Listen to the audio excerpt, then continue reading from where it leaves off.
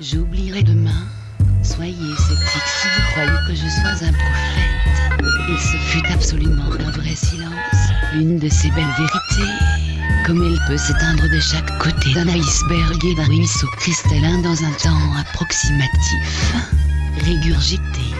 J'oublierai demain une des improvisations spontanées les plus ordinaires absentes, des réseaux de prostitution des vieillards en Russie, et qui minent peut-être ce que désirait tout individu qui refuse de se croire au pied de la régression.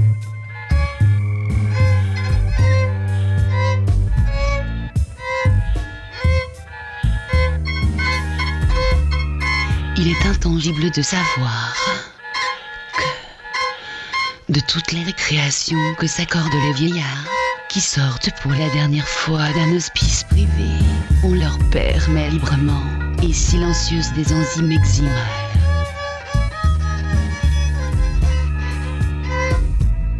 Ce qui est tout, sauf de recevoir de ce vieillard beaucoup d'ovules, pour les sortir des sommets des montagnes, d'éviter ainsi toute velléité d'avortement naturel, ce qui n'aura jamais lieu, car de moins en moins de Russes perdent le sentiment qu'ils ont besoin de tête et de vieillards, c'est-à-dire non pas de soldats, mais d'ouvriers, et ils refusent mollement, en mettant le moins d'efforts possible, de faire quitter ces ouvriers, aveuglés par la paix intérieure, qui n'aura jamais cours, ou qui s'éloignerait infirmés par les vices légers de la faiblesse, la médiocrité des services russes, et la viande de la propreté russe, sous aucune ville d'inaction, et la platitude impossible ne pourrait ainsi magnifier une telle faiblesse.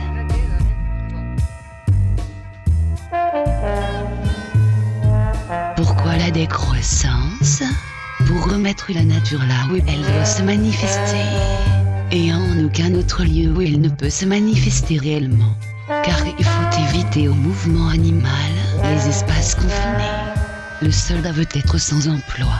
On veut que des villes de passivité anciennes se fassent éliminer, que ne seront déchues dès le début que par les vrais services naturels, qu'aucun des artifices de la nature ne soit exclusivement l'affreuse culture faunée ne sait quoi en faire et choisit de ne pas s'imposer, et avec félicité, comme le feraient des sardines dans une boîte, à ne jamais se référer aux minables services originaux,